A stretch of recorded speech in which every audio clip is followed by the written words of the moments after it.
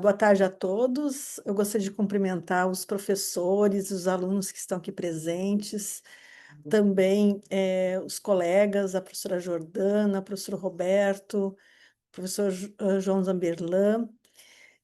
Deve ter outros aqui, mas esses que eu estou visualizando agora. Cumprimentar também a professora Luísa Carvalho, que é a nossa convidada, que veio, que vem vem de Porto Alegre, Portugal. Eu ia falar Portugal, eu falei Porto Alegre. Portugal para fazer uma palestra para a gente, né, discutindo as temáticas centrais, que são a inovação e sustentabilidade. Como eu falei na sessão de abertura, a primeira Olimpíada Científica Eco-Inovar, ela é uma atividade paralela ao Eco-Inovar. Então, ela faz parte de um grupo de projetos que o nosso grupo de pesquisa Eco-Inovar desenvolve. Só para lembrar assim a história da Olimpíada, nós começamos esse projeto da Olimpíada em 2017, né? E perseguimos esse projeto por alguns anos até chegarmos a esse momento em 2025. A minha análise é que a Olimpíada Equinovar, por tratar de temas transversais, ela ainda era muito à frente do seu tempo em 2017. Como vocês sabem, tradicionalmente as Olimpíadas são de matemática, de química, né? E trazer para a questão da Olimpíada, as temáticas de inovação e sustentabilidade eram uma coisa ainda recente naquela época. E hoje, como também foi colocado no início na sessão solene, né? Hoje a temática da sustentabilidade ela está muito desenvolvida no Brasil, fora do Brasil também, mas no Brasil, dada a vocação, né, ambiental que o Brasil tem, ela se sobressai muito, né? Não é à toa que esse ano nós temos a COP 2030 que está sendo desenvolvida aqui no Brasil, na Amazônia. Então, a professora Jordana, o professor Roberto, Camila, o professor Francis também, Zamberlan, todos que estão aqui presentes, fizeram parte dessa história da Olimpíada. Então, eu fico muito feliz da gente poder estar aqui juntos, nesse momento, tornando realidade um projeto que a gente sonhou bastante, né? E eu tenho muito orgulho também desse projeto, porque é, a nossa equipe, o nosso grupo de pesquisa, nós trabalhamos muito com a graduação e a pós-graduação, né? Já tivemos algumas iniciativas, como a mostra científica com ensino fundamental, médio e técnico, e a Olimpíada se soma a essas ideias, né?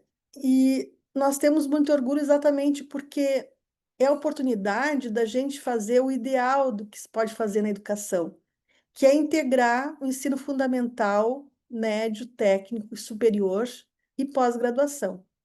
Então, aqui nessa sessão, nós temos professores de ensino fundamental, médio, técnico, temos professores e alunos também, né, de graduação, de pós-graduação. Então, nós conseguimos, neste momento, ter todos os níveis de ensino nessa atividade.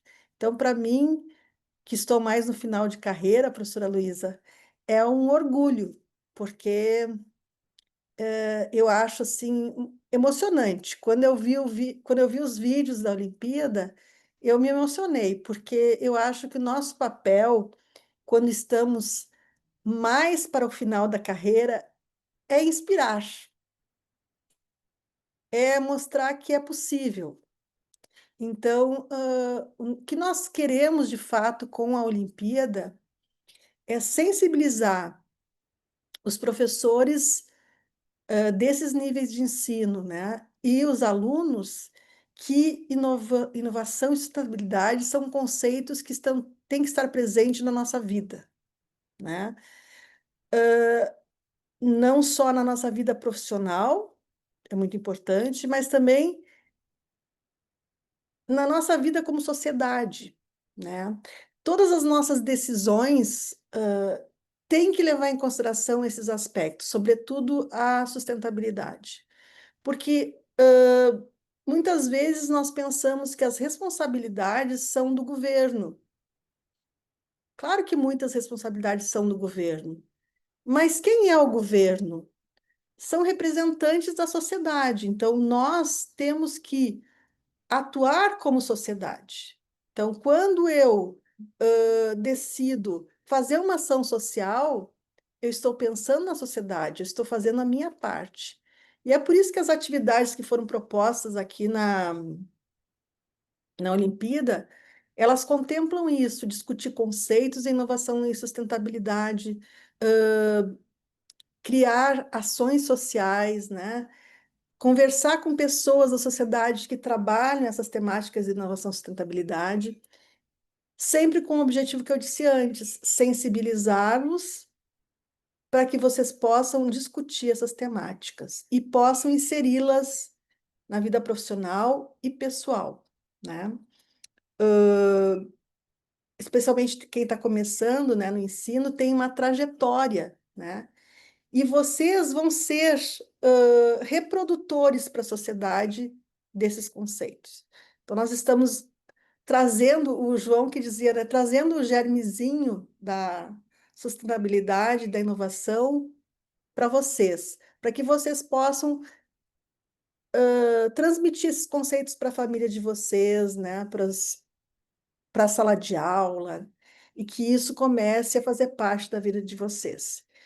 E falando como profissional da área, o que eu posso dizer? Eu posso dizer que é uma jornada irreversível. Eu venho de um tempo, eu tenho 58 anos, daqui a pouquinho vou fazer 59. Talvez os professores mais antigos possam lembrar. Eu venho de um tempo em que nós considerávamos que os recursos ambientais eram inesgotáveis. Eu venho de um tempo em que a gente lavava a calçada com água potável e tratada, né?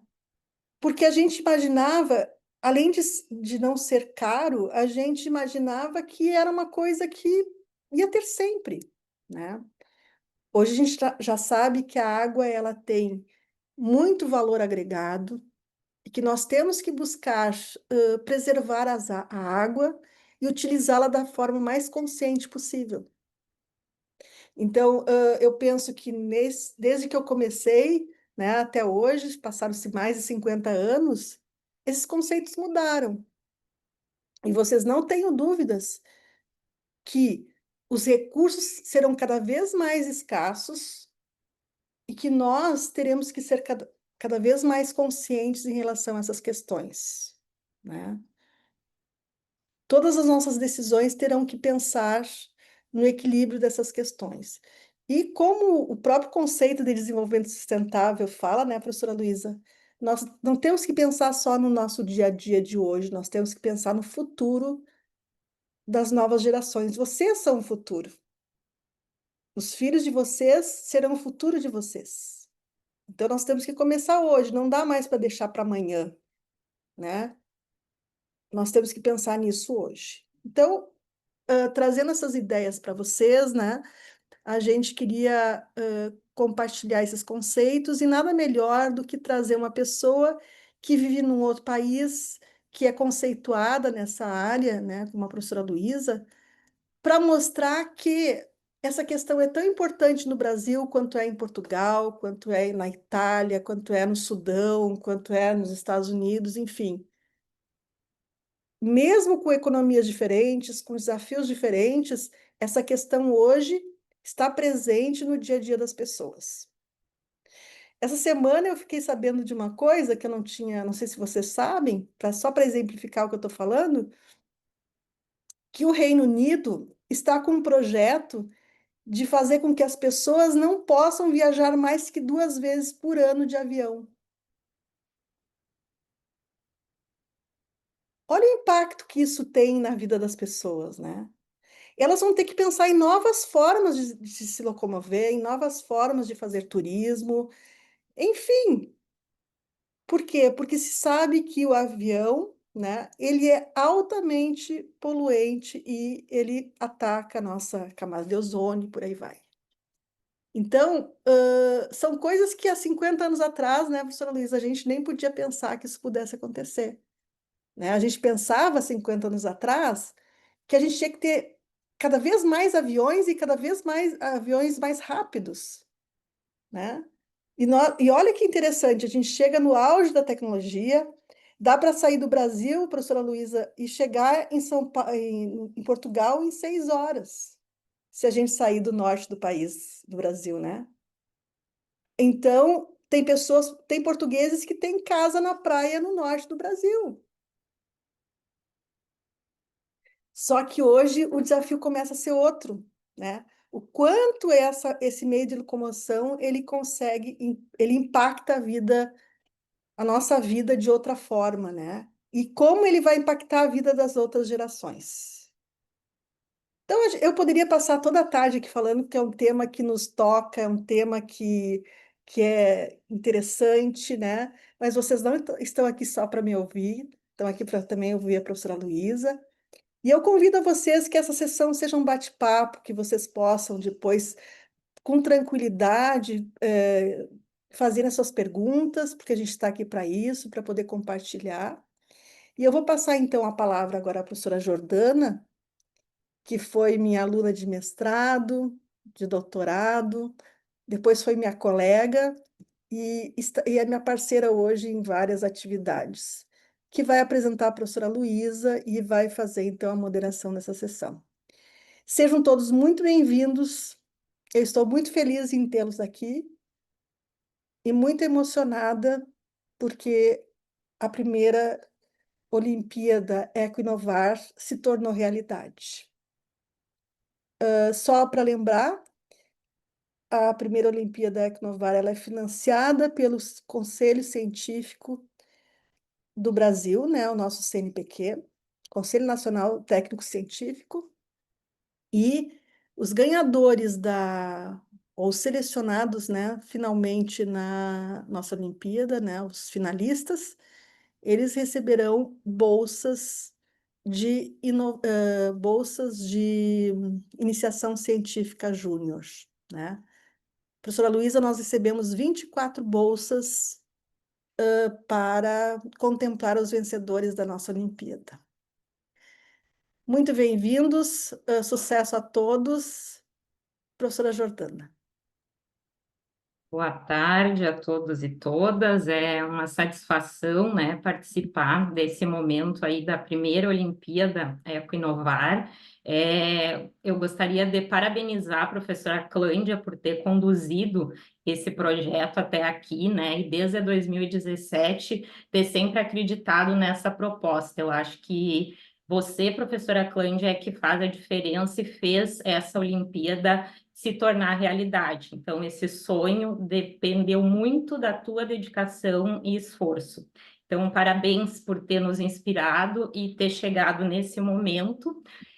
Parabenizo já todas as equipes por chegarem até aqui, né? E cumprimento a todos os estudantes, os professores presentes, né, nessa Olimpíada.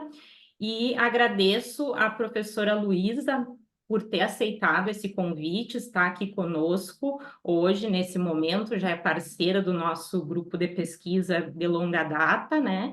Então, eu vou ler aqui o currículo da professora Luísa para já passar a palavra para ela.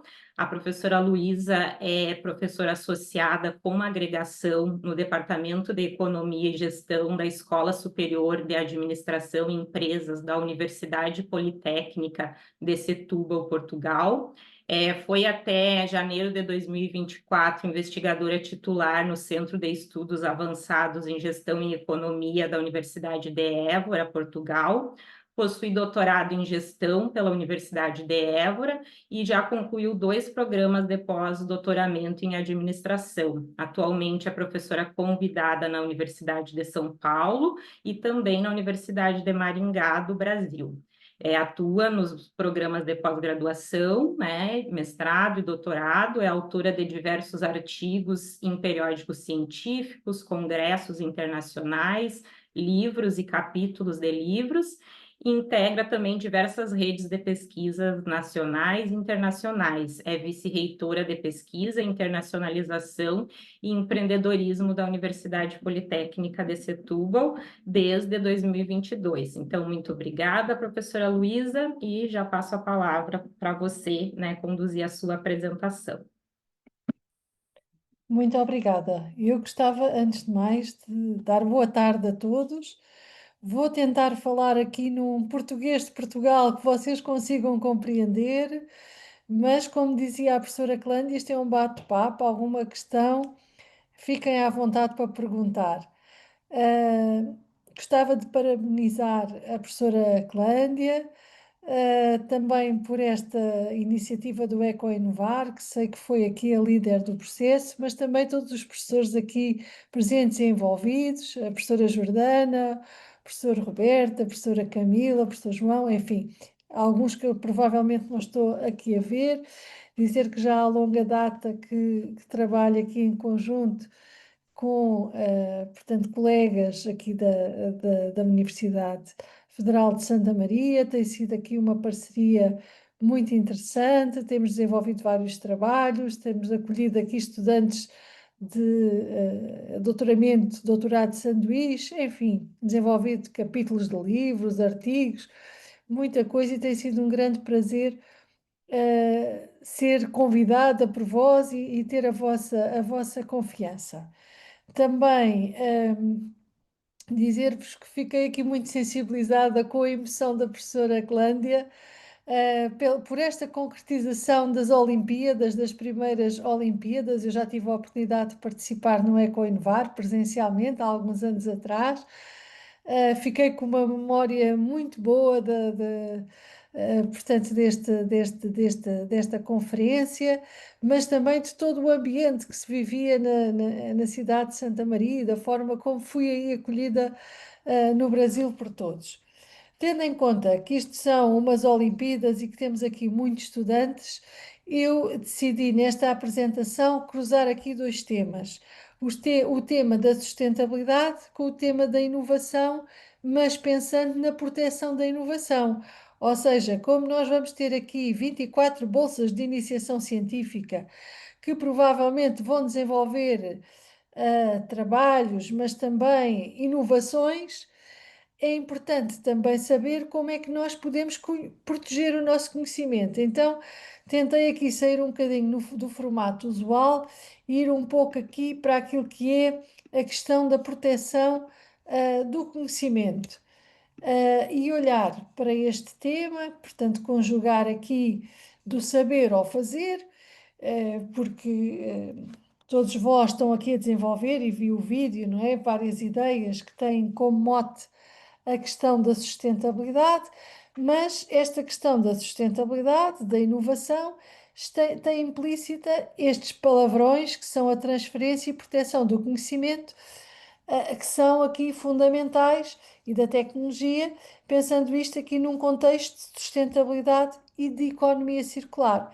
E que vocês podem ter em conta, porque quem sabe, se desenvolvendo mais isto, se calhar esta pode ser a primeira bolsa ou a primeira fase para o desenvolvimento de uma ideia, mas depois podem prosseguir no mestrado, no doutorado, para o desenvolvimento de uma forma mais profunda, e nesse caso é preciso ter em conta estes aspectos. Então, o sumário, a agenda que vos trago aqui hoje é dar aqui uma introdução, que eu acho que é uma coisa óbvia, não é? Que no fundo é aqui reiterar a importância de tudo o que já foi aqui dito, do que é a questão portanto, da sustentabilidade para a proteção do ambiente, não é? E a forma como se pensava há uns anos atrás, que não pode ser exatamente igual à atual, portanto, tem que haver não só uma nova forma de pensar, mas, sobretudo, uma nova prática, não é? As questões da economia circular, como uma possibilidade para conseguirmos também encontrar estratégias que possam dar a volta a este assunto, como eu fui aqui convidada e sou portuguesa, trago também aqui um bocadinho o papel, o que é que está a ser feito em termos aqui da União Europeia, que pode também servir aqui de alguma inspiração, neste contexto da economia circular, um quadro conceptual, e depois vou-vos falar mais de aspectos relacionados com a propriedade intelectual no contexto da economia circular. Então, partindo daquilo que já foi aqui o excelente enquadramento que foi aqui realizado, estou só aqui a tentar pôr aqui a imagem das câmaras um pouco mais acima, às vezes não é fácil, dê-me só aqui um minuto. Partindo deste contexto, portanto, nós sabemos que todos os dias estamos a ter aqui uma série de problemas com alterações climáticas. Só para vos dizer, aqui em Portugal nós já estamos na estação do outono, portanto já terminou o verão, já há quase um mês, mas hoje, por exemplo, tivemos temperaturas de 32 graus, que já são temperaturas pouco usuais para esta época do ano. E acredito que no Brasil a situação seja semelhante, sobretudo com fenómenos extremos, não é? De, por exemplo, tempestades mais fortes, chuva intensa em curtos períodos de tempo, não é? E todo o impacto depois que isso tem no ambiente, mas sobretudo também atualmente na nossa vida, não é? O impacto que isso nos traz, inclusive, portanto, com perdas de vidas. Então é preciso olhar para isto com muita atenção, e este triângulo, não é, da sustentabilidade, de equilibrar aquilo que é o ambiental, o social e o económico, articulá-lo no contexto de sustentabilidade, olhar para soluções inovadoras, e eu acredito que vocês aqui nas Olimpíadas terão muitas oportunidades para o fazer, portanto será aqui um cenário privilegiado para trabalhar este contexto, e podendo aqui olhar para a economia circular como uma possibilidade. Naturalmente que poderão haver outras, não é? Então, vamos aqui tentar discutir estes assuntos, relacionar, sobretudo num contexto de articulação entre a inovação, a sustentabilidade e a circularidade, como uma forma, uma perspectiva de abordar a sustentabilidade, e também refletir sobre a propriedade intelectual nesse contexto. Então, quando olhamos para a economia circular, temos que ter em conta que às vezes há palavras, há conceitos que aparecem e que nós pensamos que são novidades, que são inovações. Na realidade, fala-se muito atualmente a economia circular, mas esta não é uma nova ideia. Portanto, é uma ideia que já apareceu há bastante tempo atrás, mas que foi agora, de certa forma, resgatada na última década, não é? Tendo em conta a necessidade de haver um crescimento verde e um desenvolvimento sustentável. Quando falamos em economia circular, podemos ter em conta aqui várias palavras, e temos aqui esta chuva de palavras que podem ser, por exemplo, do berço ao berço, ou seja, tudo o que é desperdício tornar-se num recurso, não é? Há pouco a professora Clândia dizia: não se pode lavar a calçada com água potável, não é? Porque no passado era muito barato fazer isso, mas atualmente nem é uma questão de preço, é uma questão de sustentabilidade. Então, se calhar, temos que ir encontrar outras formas de reutilizar águas residuais que possam ser utilizadas, por exemplo, para este fim, ou seja, dar vida àquilo que antes era lixo, que passa a poder ser, portanto, reutilizado. São todas as questões que têm a ver com a ecoeficiência, com a circularidade, muitas vezes, por exemplo, na reciclagem, pensar no ecodesign dos produtos. Vocês que estão aqui numa Olimpíada, se estiverem a desenvolver produtos, pensem em produtos que sejam recicláveis e que possam ser depois descartados e subdivididos de forma a serem reutilizados noutra indústria. Às vezes há embalagens, há pacotes que por algum motivo têm algumas partes que depois não se consegue destruir e desmanchar e reciclar. Portanto, é preciso pensar nisso com atenção. Quem estiver a pensar, portanto, em novos produtos, nesse sentido. Também pensar na forma como fazemos a ecologia industrial, como é que utilizamos, portanto, quase que o lixo como uma matéria-prima. Então, esta questão da economia circular é quase como se tivéssemos um modelo económico fechado, ou seja, um modelo económico que vai mimetizar, ou seja, que vai imitar os sistemas ecológicos fechados, onde vamos ter aqui um aumento da eficiência de tudo quanto são recursos naturais para o desenvolvimento económico, e que vamos também poder aqui ser mais eficientes. Ou seja, há muitas vezes as empresas, quando ouvem falar na questão da sustentabilidade e no ambiente, pensam logo, não, eu não vou fazer isto porque isto para mim é um custo. E nós que estamos aqui na academia, e sobretudo vocês, que estão a começar, são iniciadores da atividade científica, têm que encontrar argumentos para que as empresas acreditem que não. Isto será uma possibilidade das empresas até pouparem recursos, não é? De otimizarem, de recuperarem esses recursos. Não pode ser utilizado como um custo, mas sim como até um benefício ou uma oportunidade.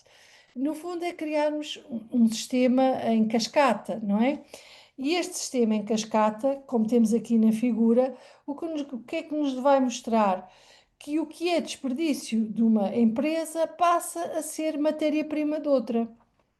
Há uns anos atrás, tive aqui uma estudante da Itália que estava exatamente a estudar como é que na Itália, para a produção de limoncello, que é um licor muito conhecido, produzido com limões, não é? Com o limão siciliano da Itália, como é que poderiam utilizar as cascas dos limões que eram descartadas na produção desse licor, pelas adegas, não é?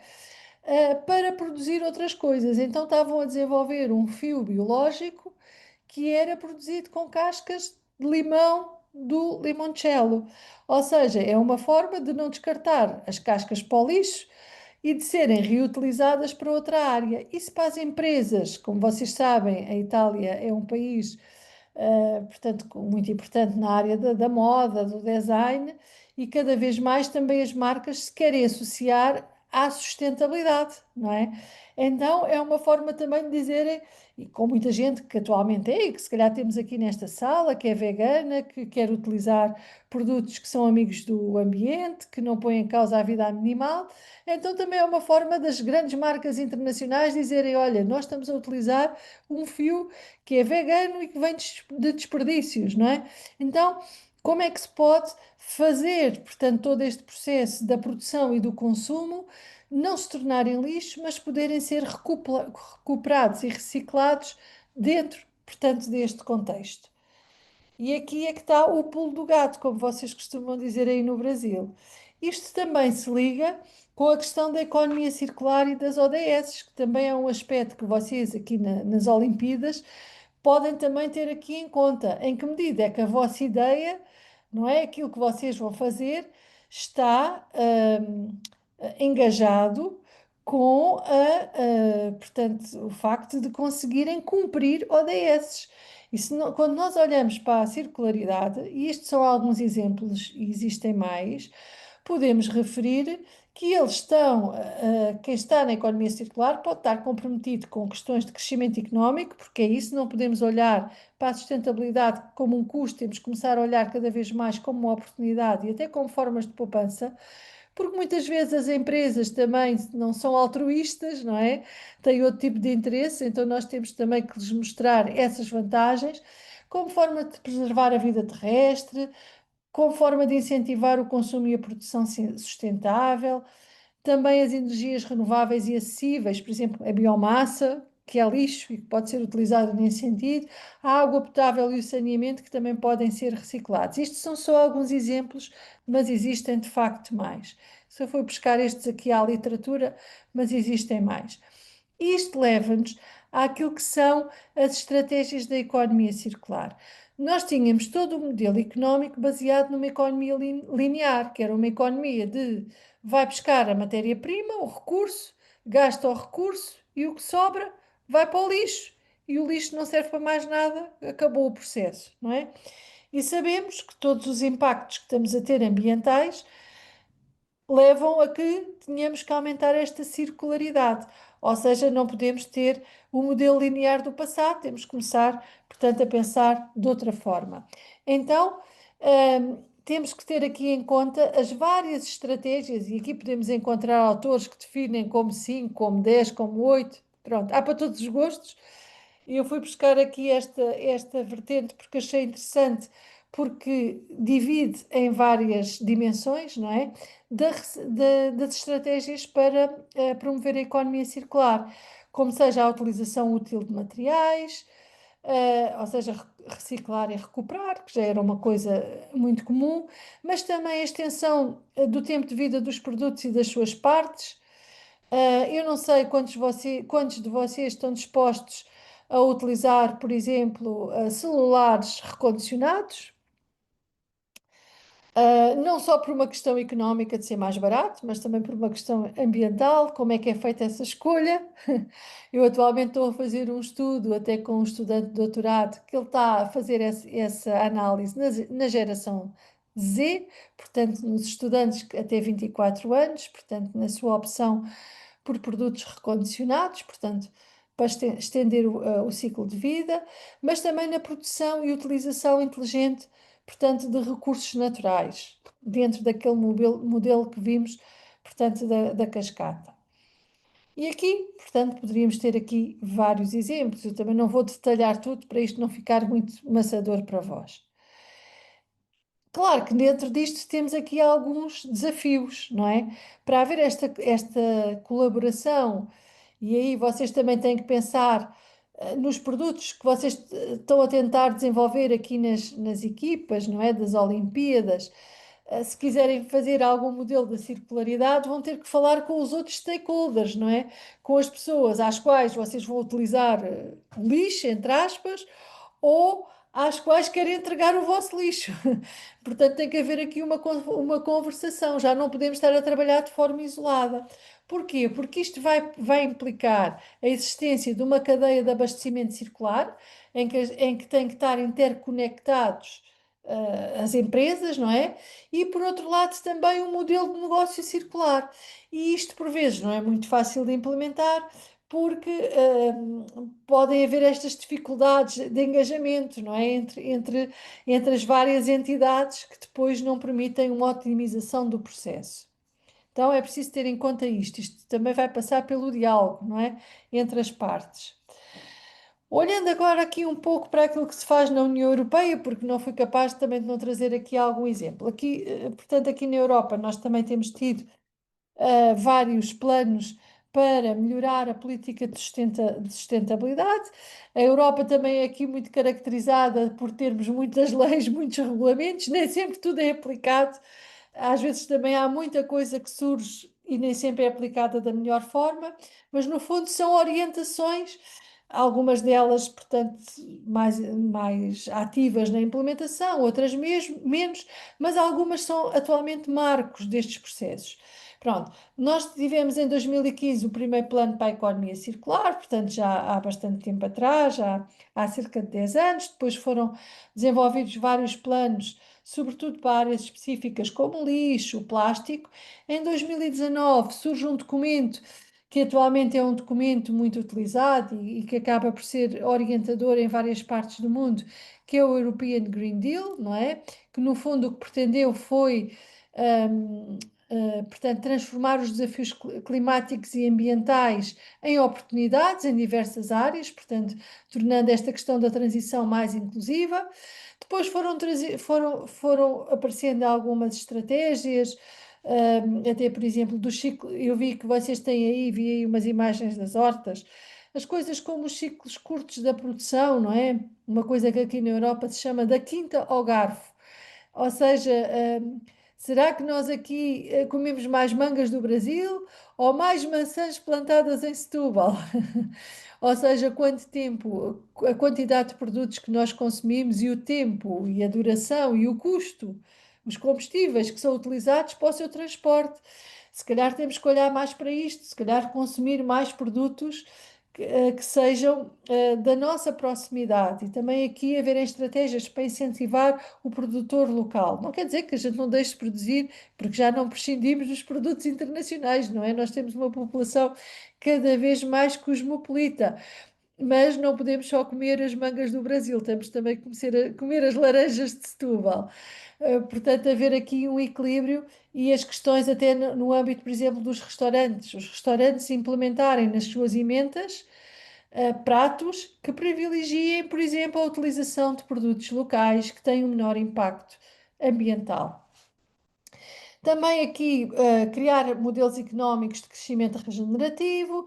Depois, em 21, surgem também modelos mais ligados à governança, porque isto também tem muito a ver com a governança, com a forma como se articulam todos os agentes no processo. E depois temos tido aqui vários também modelos ligados à questão do ecodesign, a setores específicos, como por exemplo os têxteis, que é um setor muito, muito poluente e que acaba por ter aqui também impacto muito grande, não é? Desde da água que gasta, desde a sua produção até aos consumidores, não é? Em toda a sua cadeia, até mesmo ao seu descarte. Os microplásticos, novas medidas, por exemplo, para a reparação, porque nós sabemos que temos a chamada obsolescência programada, não é? Uma lavadora que nós compramos e que dura 4 anos e que ao fim, às vezes avaria-se uma pequena peça e é descartada, qual é o impacto que isso tem? Também medidas para que as marcas, não é? Sejam obrigadas a prestar serviços de reparação, para que o produto aumente também o seu número de vida, o número de anos de vida útil. Isto leva-nos aqui a um conjunto de estudos, também para quem depois quiser perseguir um bocadinho mais esta área, desde os estudos mais macro, olhamos para os sistemas industriais, aos meso, que vamos olhar para os setores, como a moda, a construção, a agricultura, etc. Aos micro, olhar para as empresas e depois nos nano, olhar mesmo para produtos específicos, onde podemos também ter esta abordagem mais da circularidade. Então, podemos ter aqui, no âmbito também deste contexto, não é? Da propriedade intelectual no contexto da economia circular, ou seja, vocês estão numa Olimpíada, podem descobrir ou ter ideias novas, não quer dizer que uma ideia seja logo uma fonte de proteção de propriedade intelectual, mas pode ser se for mais desenvolvida. E também convém vocês saberem um pouco sobre isto, não é? A economia circular, portanto, e estas questões ligadas à sustentabilidade, requerem muitas vezes inovações tecnológicas, novas tecnologias, novos designs, novos modelos de negócio, novas formas de fechar os ciclos de recursos, não é? De minimizar os desperdícios, de criar novos produtos mais duráveis e reutilizáveis. E neste sentido, se alguém descobre uma coisa, também pode ser interessante saber como é que pode proteger o seu conhecimento. E aí aparece-nos isto, que é a propriedade intelectual, que vai, de alguma forma, ter um papel importante para recompensar e proteger essas inovações, vai incentivar também a que possam haver mais investimentos no futuro e pode também facilitar essa difusão seletiva das tecnologias sustentáveis. Então, aqui eu vou falar em algumas formas de proteção intelectual. A primeira, uma das mais conhecidas, e que precisa já de produtos com um TRL, ou seja, um TRL, portanto, é algo que é medido com uma escala, não é? Que dá um nível em que um protótipo, no fundo, um protótipo é uma versão de um produto, está próximo, digamos assim, de ser introduzido no mercado ou numa indústria, que pode ser mais alto ou mais baixo, não é? Um nível de transferência de tecnologia, portanto, digamos que é já um nível aqui mais elevado, mas uma patente, portanto, pode trazer aqui alguns desafios também no âmbito da circularidade. Portanto, pode haver dificuldade aqui de enquadrar estas invenções circulares em critérios tradicionais de novidade, porque é algo que vai entrar num processo que já existe, não é? Pode também trazer aqui problemas de escopo, ou seja, até que ponto um produto manufaturado vai infringir uma patente original, mas também pode ser interessante para a proteção de processos sustentáveis, como a biodegradação, a remanufatura, a modularidade, e há exemplos, por exemplo, tentei aqui encontrar uma empresa que é Ecovative Design, que tem patentes sobre materiais de embalagens e construção feitos com micélios, que são raízes de fundos, tanto quanto consegui apurar. E estes materiais vão substituir os plásticos, e eles conseguiram portanto, patentear isso, ou seja, proteger o seu conhecimento.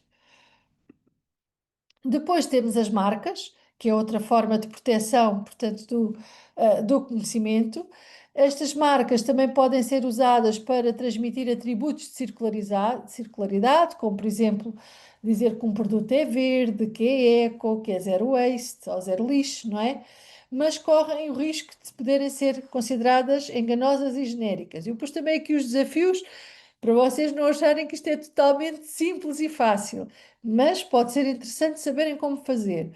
Também sabemos que, por vezes, o uso abusivo destas de marcas verdes pode ser considerado greenwashing, ou seja, dizer que as empresas utilizam isto como forma de se promoverem e não de protegerem o ambiente. Mas temos aqui alguns exemplos. Temos, por exemplo, a marca Fairphone, que está registada aqui na União Europeia, que, portanto, tem sido central para comunicar o compromisso de uma empresa com o design modular e a reparabilidade, portanto, ou seja, com a utilização de produtos que são recondicionados. Depois temos designs mais industriais, que são produtos circulares que tendem a ter uma estética mais funcional, desmontáveis, modulares, pronto, mais para serem usados no contexto também de uma indústria, não é? E temos aqui o exemplo da Fairphone 4, que possui um design modular patenteado, mas também um desenho industrial, ou seja, muitas vezes que podem ser até desconstruídos para serem utilizados para outros fins e não ter que se utilizar sempre um produto novo, porque imaginem, uma determinada parte de um produto tanto pode ser utilizado para um celular num formato como noutro. E muitas vezes as marcas, para venderem produtos novos, acabam por criar formatos sempre diferentes, não é? Para nos obrigarem a nós, a consumidores, a estarmos sempre a comprar novidades.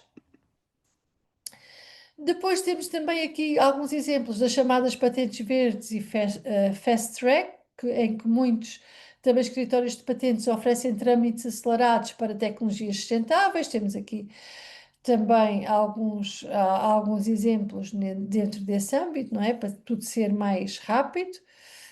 E aqui também no contexto da propriedade intelectual da economia circular, também aqui um exemplo de Open Innovation e de propriedade compartilhada, porque, como eu vos disse há pouco, como a circularidade é feita num contexto com várias entidades, várias empresas ou várias organizações, o que pode acontecer é que quando há uma novidade ou um produto novo, esse produto não seja de uma única empresa, seja preciso compartilhar essa propriedade. Então aí há a necessidade de haver uma colaboração, portanto, entre várias entidades, como empresas, governos, universidades, que exigem também abordagens um pouco mais flexíveis, não é? Então, também aqui, portanto, há alguns exemplos, como esta plataforma que conecta detentores de tecnologias verdes com usuários potenciais. Temos também parcerias para criar ferramentas digitais, no caso da Fundação Ellen MacArthur, com a Google, para acelerar a transição circular com proteção parcial por PI, porque também é interessante que esta questão da circularidade também pode ser promovida pela digitalização. Portanto, também acaba por ter aqui uma componente também interessante em algumas áreas. Por exemplo, imaginem, já ninguém vai ouvir música se não no formato digital, quer dizer, alguém pode ter lá em casa uma grafenola antiga, mas são peças de nicho, não é? Já ninguém vai comprar. Se compramos um disco em vinil, é uma coisa quase uma raridade, é para os colecionadores, não é? Portanto, digitalizou-se produtos, e isso também foi uma forma de melhorar, portanto, também alguns impactos, não é? Claro que isto também nos traz aqui algumas tensões e desafios, não é? As questões da propriedade intelectual e o seu acesso aberto também trazem aqui alguns paradoxos de sustentabilidade, porque é difícil conciliar propriedade intelectual com o acesso para todos. As questões do design circular também pode trazer dificuldades na proteção tradicional de desenhos, por exemplo, mais na área industrial. Também pode ser difícil patentear produtos que são remanufacturáveis ou biodegradáveis. E também temos a economia informal e a contrafação circular, que sabemos que também é aqui uma realidade. Pronto, estas eram basicamente as ideias que eu vos queria aqui trazer hoje. Tentei trazer aqui um pouco uma outra área para vocês também terem em conta, sendo umas Olimpíadas, que pode ser também interessante pensarem, se desenvolverem as vossas ideias, as têm que produzir e proteger, não é? Como forma, portanto, também depois de criarem aqui conhecimento, isso também é importante para a universidade, ter essa vertente da proteção do conhecimento.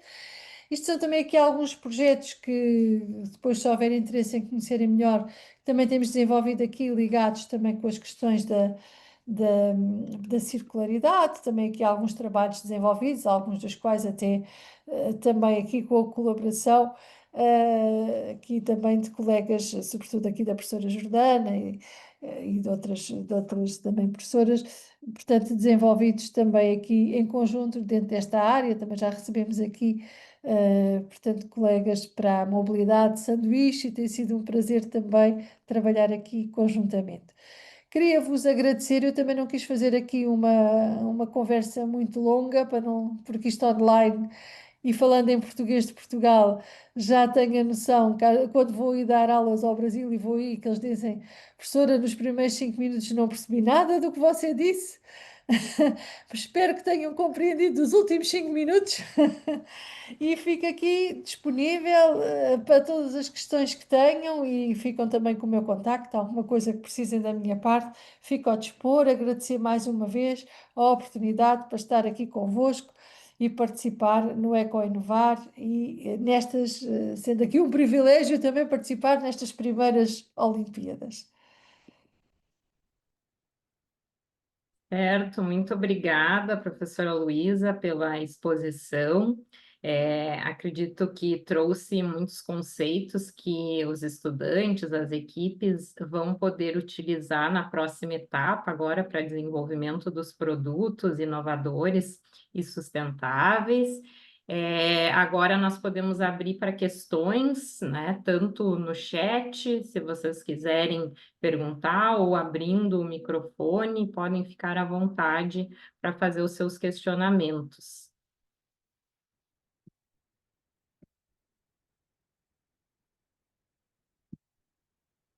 Temos perguntas das equipes, dúvidas? Estão tímidos. Nós podemos falar ou a gente manda no chat? Podem falar.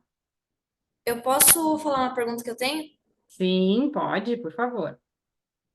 Enquanto eu ouvi a palestra, eu pensei na obsolescência programada, que é quando a gente compra um celular e ele é programado para começar a dar erros para a gente comprar outro. E daí eu formulei uma pergunta. Por culpa da obsolescência programada, nós acabamos produzindo e consumindo mais do que a gente realmente precisa. E como que a gente poderia lidar com isso? E se vocês acham que a obsolescência programada deveria ser abolida e se isso traria benefícios para a sustentabilidade? Muito bem. Muito obrigada, Cíntia, pela pergunta. É uma pergunta muito, muito oportuna. É assim, as empresas, no fundo, também os modelos que foram implementados, não é, de desenvolvimento, implicavam um consumo muito rápido, de produtos que depois eram rapidamente descartáveis. Então encontraram essa forma quase de introduzir, nós vemos, por exemplo, pelos celulares, que chegam a uma altura que não dá para atualizar mais, e aí vai perder as aplicações, fica sem o WhatsApp. O celular está bom, mas só dá para a avó, que só faz chamadas e não utiliza mais nada, não é? Então, o que nós temos, penso que tem que haver, eu acho que, mas podem pôr a mão no ar e comentar, mas acho que toda a gente aqui estará de acordo que se acabar com essa obsolescência programada, vamos melhorar as questões da sustentabilidade. Mas parece-me que aí as empresas, muito provavelmente, de forma voluntária, não vão estar para já, em princípio, muito dispostas a isso, não é? Então, talvez tenha que haver alguma regulamentação, não é? Os próprios governos terão também que intervir, no sentido também de encontrar formas que obriguem, entre aspas, as empresas a serem mais responsáveis desse ponto de vista, não é? Muitas vezes pode passar por essa questão que eu falei, que aqui na União Europeia agora já existe, por exemplo, da obrigação de repararem os eletrodomésticos, não é? Aqueles pequenos eletrodomésticos que temos em casa, que por vezes têm avarias, que se vê que são coisas muito pequenas e que é fácil de reparar, portanto, elas são obrigadas também a fazer esse tipo de reparação, mas também, e pensando aqui nos celulares, não sei, mas se calhar também ver porque, como é que os sistemas operativos podem ser também montados, e eu penso que haverá solução para tudo, então agora na era da inteligência artificial, para que os produtos não fiquem limitados pela questão das atualizações. Atualmente, e eu penso que isto é uma regra para todo o mundo, por exemplo, no caso do iPhone, que também havia uma coisa interessante, é que cada vez que havia um novo modelo do iPhone, o carregador tinha um formato diferente, então nós mudávamos de iPhone e se aquele carregador se avariasse, tínhamos que comprar outro, e agora obrigaram o iPhone, não é? Portanto, a Apple, a pôr portanto, todos têm que ter o mesmo modelo de entrada para que não se esteja a descartar só por causa de um pequeno dispositivo, não se esteja a descartar carregadores, portanto, de celulares. Então, acho que temos que evoluir um pouco nesse sentido e penso que o pessoal mais jovem, não é? Como vocês que estão aqui, também têm que ser interventivos nesse sentido e têm que também fazer valer os vossos direitos, não é? Até no sentido também de reclamarem que essas medidas sejam tomadas. Acho que temos que ir também por aí. E muitas vezes isso também se faz com opções de consumo, não é? Ter determinado tipo de opções de consumo, que depois, se todos tivermos esse tipo de opções, vamos influenciar as empresas a terem outro comportamento. Professora Luísa, não consegui achar a mãozinha para levantar, só queria me somar à sua fala para acrescentar o seguinte, que tem dois pontos a pensar, né? A professora Luísa levantou a questão da uma responsabilidade maior em relação aos produtos, mas também é importante pensar na economia circular e na reciclagem. Então, é muito importante que as empresas que fazem esse tipo de política, né, de renovação, de induzir os consumidores a comprarem novas versões, que elas se responsabilizem pelo lixo que elas geram, né? Então, que elas possam receber esses produtos e possam aproveitar esse processo para acrescentar esse saldo nos novos produtos, né, professora Luísa? Sem dúvida. Eu Vamos talvez possa pegar aqui também algumas perguntas que vocês puseram aqui no chat. Temos várias perguntas aqui no Hum, chat, professora Luísa, não sei se você sim. quer Eu visualizar ou eu estava mesmo aqui a posso. ver. Sim. Estava a Professor ver. João fez Sim. uma pergunta em relação a projetos no que tange a soluções baseadas na natureza, que linha e áreas têm se desenvolvido desses projetos na União Europeia. Depois ele complementou e onde essas soluções baseadas na natureza entram no contexto da economia circular. Ok. Aqui na União Europeia tem havido vários projetos neste sentido, inclusive no têxtil, como vos falei há pouco, com a reutilização de matérias-primas, mas também aqui noutros setores. Até em áreas como, por exemplo, a indústria do papel, que faz aqui também.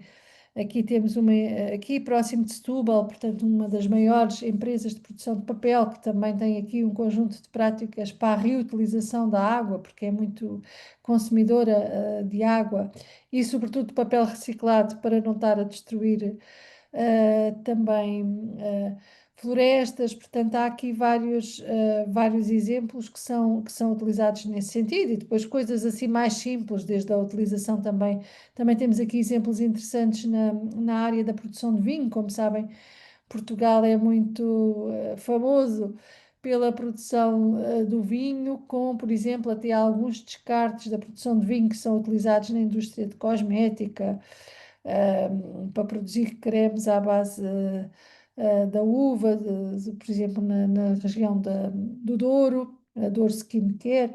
Portanto, há aqui vários exemplos e cada vez, felizmente, começam a haver mais exemplos nesse sentido, não é? e também mais empresas preocupadas com o alcance também das ODS. Portanto, e envolverem-se também em todos esses processos. A próxima pergunta é justamente sobre os ODS, né? A pergunta da Alana.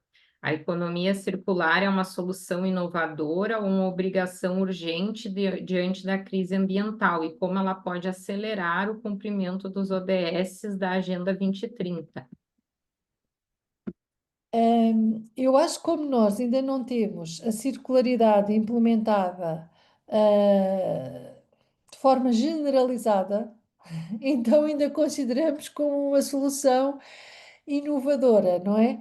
Porque se vocês olharem para o contexto das cidades onde estão, ainda vêm muitas indústrias que são lineares, não é? E que vão buscar o recurso, usam o recurso e deitam para o lixo a seguir e nem utilizam recursos reutilizados, nem tratam do lixo, não é? Que produzem. Então, ainda estamos nessa fase, em muitos casos, de considerar que isto é inovador. Também ainda há muitas situações em que não se sabe o que fazer com esses descartes, não é? Agora temos, por exemplo, uma área aqui interessante, que é a área, e até controversa, da utilização dos automóveis com combustíveis fósseis ou dos elétricos. Grande discussão, não é? Porque aí todos sabemos que os combustíveis fósseis têm um impacto muito grande sobre o ambiente, mas também ainda não se sabe muito bem o que se vai fazer com as baterias dos elétricos, não é? Então parece que nós encontramos uma solução, mas também ao mesmo tempo um problema. Ainda que já comecem a aparecer, e nós que há tempo recebemos aqui uma empresa que queria desenvolver aqui investigação, porque temos aqui um grupo que trabalha essa parte das energias aqui em Setúbal, começam a aparecer já investigação de como, o que fazer com essas baterias que também são altamente poluentes. Então, isto ainda é inovador porque infelizmente ainda está tudo muito no início, não é? Na maior parte dos casos. E de facto, sem dúvida, que será uma grande oportunidade para acelerar, portanto, os ODS e para as empresas contribuírem para o seu cumprimento. Alana, obrigada pela pergunta. Certo. A próxima pergunta do Gabriel é: qual é o papel das inovações tecnológicas e das políticas públicas na promoção da economia verde e na mitigação das mudanças climáticas? É assim, quando se pensa, portanto, na questão, portanto, das inovações tecnológicas, e agora voltando aqui ao exemplo dos automóveis, eu ano passado tive durante 15 dias na China e fiquei de facto surpreendida com a quantidade de automóveis que eles já têm a funcionar elétricos. Quase metade das matrículas eram automóveis de facto elétricos e com uma produção muito grande, portanto, muita inovação tecnológica no setor dos automóveis elétricos. Mas vocês podem me dizer, mas a China é um dos países mais poluentes do mundo. Epá, e é verdade, eu atravessei a China do sul até ao norte de comboio-bala e tive a oportunidade pelo caminho de passar por cidades em que tinham fábricas com assim, chaminés a deitar fogo de uma forma brutal. Ou seja, tem que haver aqui um contexto também de articulação entre aquilo que são as inovações tecnológicas, mas também a política pública, não é? Ou seja, dos governos encontrarem formas de incentivarem as empresas a cumprirem determinados requisitos. Acontece como o mundo não é um quintal, não é? Não é o quintal de cada um de nós. Então, o grande problema destes aspectos tem a ver também com a governança, ou seja, quem será a entidade que vai articular tudo isto globalmente? Quem é que vai mandar nisto, não é? Porque assim, o que acontece em Portugal vai influenciar o que acontece no Brasil, o que acontece no Brasil influencia, de certo, com a questão que vocês têm aí, a maior reserva do mundo, da Amazónia, não é? Em todas as partes do mundo, e é aquele efeito de bater a asa da borboleta que depois vai originar um furacão. Então, portanto, tem de facto que haver aqui um contexto de inovar, mas não basta haver inovação, depois tem que haver também aqui uma articulação para conseguirmos que se efetivamente essa mitigação, portanto, das mudanças climáticas com menor impacto ambiental. Portanto, vai depender aqui de muita gente, daí a dificuldade de implementar tudo isto. Verdade. As próximas questões da Isabelle e da Isadora, elas são bem complementares. A da Isabelle, como o processo de transformação do conhecimento científico em soluções práticas pode ser acelerado em setores que buscam adotar os princípios da economia circular. E aí a Isadora parabeniza a professora Luísa, uma grande aula de inovação e sustentabilidade. Gostaríamos de saber quais setores da economia a senhora considera mais promissores para o desenvolvimento de tecnologias sustentáveis nos próximos anos, a equipe 30 aí da Olimpíada. Muito bem. Então, eu acho que isto pode ser transversal a todos os setores. Naturalmente, quando nós pensamos na indústria, a indústria tem mais incentivo para fazê-lo, não é? Porque se puder poupar água, por exemplo, ou eletricidade, reutilizar, também há setores que são muito poluentes, como os têxteis, mas que atualmente, por exemplo, com a indústria 4.0, que pode utilizar questões de inteligência artificial para otimizar todo o processo e com essa inteligência artificial irem vendo ao longo da produção onde é que estão os desperdícios e irem de imediato também fazendo aqui a correção, mas também há áreas como, olhem, por exemplo, a agricultura, não é? A utilização de drones que vão, com tecnologias que vão otimizar, portanto, por exemplo, a rega do solo ou o momento mais certo para colher os produtos.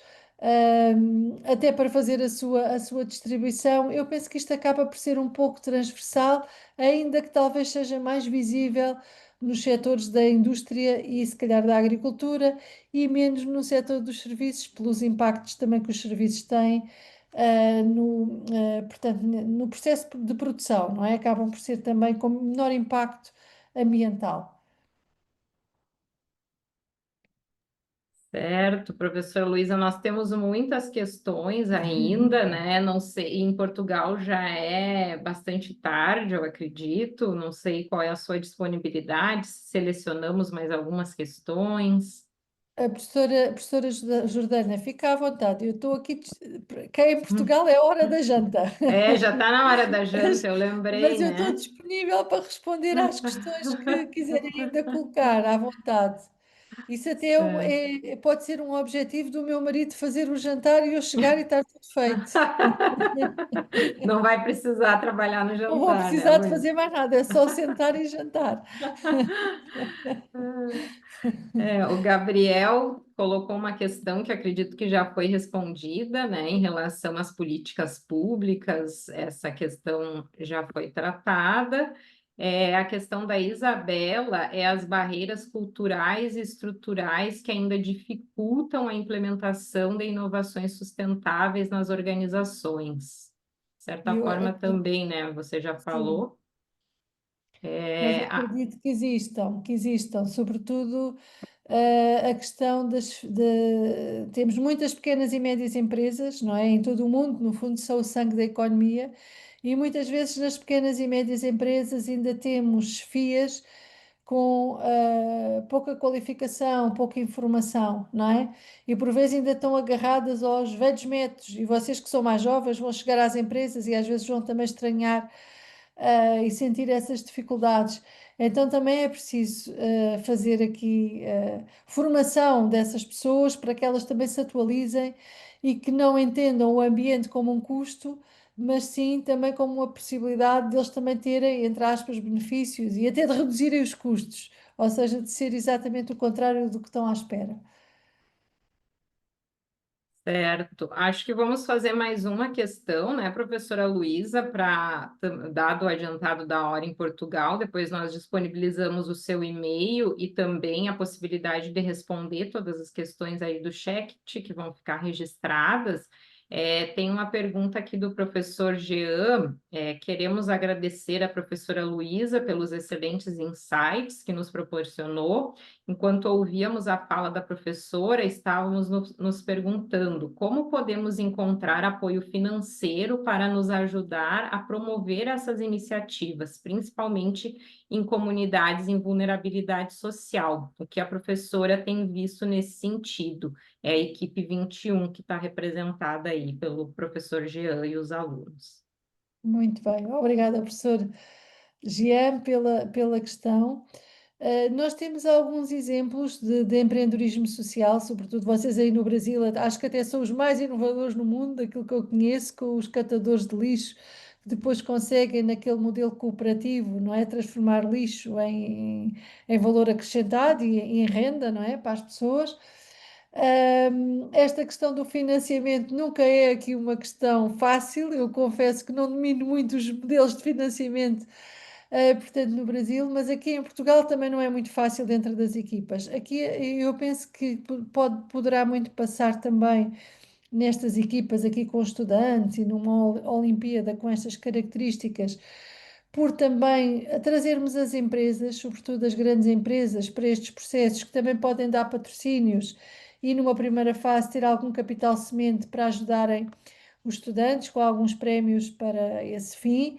Portanto, talvez também trazer aqui uma sugestão, se calhar até numa próxima edição, não sei se isso já acontece e até pode acontecer eu estar aqui a dar uma sugestão que não faz sentido nenhum, mas trazer empresas, por exemplo, para o júri, tentar que elas possam patrocinar, sei lá, as 10 melhores ideias, ou cada uma ideia, ou fazer isso por setores, e poder também ser aqui um formato que possam pensar no futuro. A questão, portanto, das comunidades com vulnerabilidade, portanto, é pensar aqui, nós aqui em Portugal temos um exemplo que eu costumo muitas vezes partilhar, que é um exemplo que eu sei que já dei aqui em contextos do Brasil e que vocês não têm tanta facilidade, ou pelo menos da última vez que falei não tinham, e que é um exemplo muito interessante, que é uma empresa que se chama, uma empresa não, é uma ONG que se chama ReFood, ou seja, que recolhe comida que já não é, que está em bom estado, atenção, mas que já não é consumida nas cantinas, nos restaurantes, nos cafés, portanto, nas lanchonetes, etc., no final do dia, e essa comida depois é distribuída ou a famílias com menos rendimentos ou a pessoas, portanto, em situação de vulnerabilidade. Isso tem dois impactos positivos. Por um lado, diminui o lixo, não é? E o desperdício alimentar, e por outro lado, portanto, vai contribuir para melhorar as condições, a alimentação, portanto, de pessoas que têm baixa renda. E aqui isso também é feito com, por exemplo, os supermercados, que muitas vezes até alimentos que já estão não fora da validade, mas próximo do fim de validade, iogurtes, saladas, e que também fazem, portanto, esse tipo de distribuição. E temos atualmente também o exemplo, eu não sei se existe no Brasil, que é uma coisa que se chama Too Good To Go, em que qualquer um de nós se pode inscrever nessa plataforma e agora, ao fim do dia, eu consigo, se me inscrever, por exemplo, e aí é pizzarias, pode ser numa vendedora de frutas, portanto, no final do dia, e consegue-se comprar esses produtos, quase como numa happy hour, pão, etc., a um valor muito, muito pequeno. Pronto, é uma forma das empresas também descartarem o produto que antes ia para o lixo por algum dinheiro, e isso também tem um impacto, portanto, e aí não é só para sem-abrigos, é qualquer um de nós pode fazer isso. Se alguém vier viajar para Portugal, pode pôr essa aplicação. O meu filho e a namorada adoram ir buscar isso aos hotéis, que depois vendem o café da manhã no Too Good To Go, e então fazem assim um café da manhã especial com o resto do que os hotéis descartam, não é? Os estudantes, e conseguem comprar coisas diferentes a um preço muito baixo. Então, são modelos de negócio que no fundo não têm fins totalmente económicos, mas que têm impactos, seja ambientais, seja impactos de caráter também social muito grandes.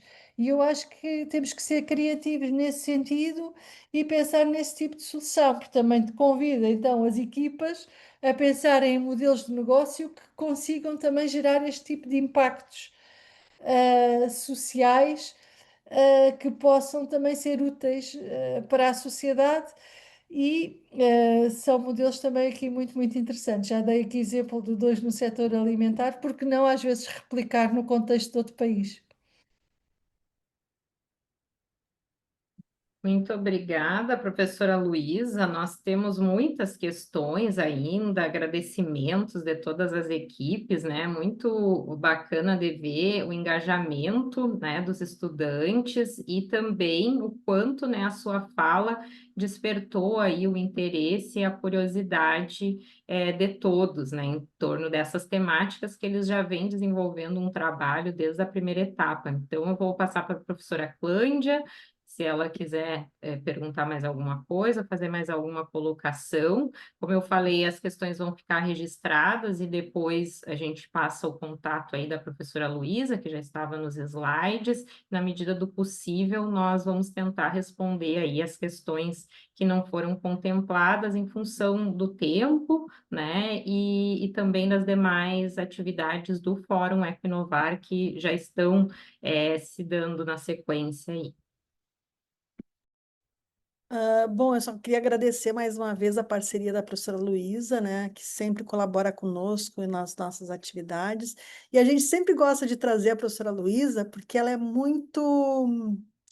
Ela consegue discutir temas que muitas vezes podem parecer complexos de uma forma muito simples, muito acessível, né? Então a gente gosta muito de trazer a professora Luísa, além de, claro, ela ser uma pessoa bastante atualizada, né? Dá palestra em vários lugares, então ela sempre traz exemplos muito ricos para nós, né? Mas enquanto eu estava falando eu estava ouvindo a sua palestra, estava pensando assim, ó, que a gente também tem que respeitar as diferenças de cada localidade, né? Por exemplo, a senhora falou da questão do carro elétrico, né? Veja só, o Brasil tem uma vocação para energia limpa, né? Muito grande, mas ao mesmo tempo é um país continental. Então, a nossa dificuldade com o carro elétrico é, sobretudo, a questão da logística, né? Porque 300 quilômetros para nós é pouco, vamos pensar assim, né? Então, são desafios diferentes. Podemos ter a tecnologia, e você falou muito bem, a política pública é muito importante, né? Como nós vamos fazer essas novas tecnologias chegarem até as pessoas, né? Então, o Brasil, por exemplo, tem uma política pública bem significativa para apoiar carros elétricos, né? Mas de que até que ponto essa tecnologia chega às pessoas que têm menos acesso, né? Então, são questões que se diferenciam de país para país, né? E eu queria comentar uma outra coisa para os alunos, especialmente, que estão aqui assistindo e que estão participando da Olimpíada, que a gente tem, o nosso objetivo aqui também, com a professora Luísa, foi desmistificar o que é inovação, né? Então, ela falou de questões bem simples, né? Como essa do reaproveitamento, tudo, né? Inovar não é só trazer uma coisa totalmente diferente, não é trazer alguma coisa assim de ruptura, mas muitas vezes é trazer um pequeno incremento.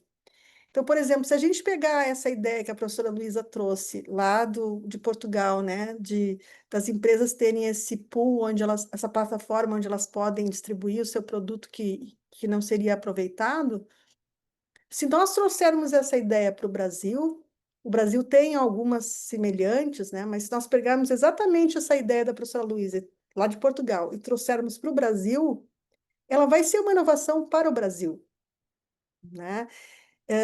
Então, assim, a gente muitas vezes pensa, ai, mas eu não sei, não tenho condições de inovar. Por que não? Né? A gente tem condições de inovar, né? Mas muitas vezes são coisas simples. coisas que até não envolvem tanta tecnologia, uma inovação mais de processo, né, de como fazer as coisas, né? Aliás, Tecnê, não, a gente sempre associa tecnologia às coisas digitais, mas tecnologia é fazer, é como fazer. Então, pode ser uma tecnologia mais rudimentar ou uma mais sofisticada. Então, assim, o nosso intuito é esse, desmistificar a inovação e dizer que sem inovação não tem sustentabilidade, e sem sustentabilidade não tem inovação. São conceitos que hoje estão extremamente interligados. Então, mais uma vez agradecendo, a professora Jordana está preocupada com o seu jantar, professora Luísa, e a gente tem um outro evento que é parceiro do Equinovar, que é o Ingema. Ele vai acontecer em dezembro. A professora Luísa estará conosco presencialmente nesse evento.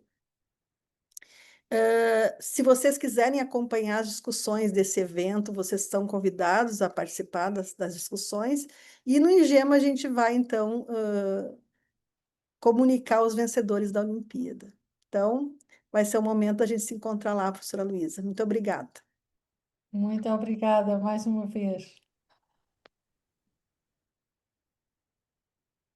Muito obrigada, professora Luísa, obrigada a todos e todas, e encerramos esse momento, né, do workshop da primeira Olimpíada Eco Inovar. Uma satisfação ter vocês conosco.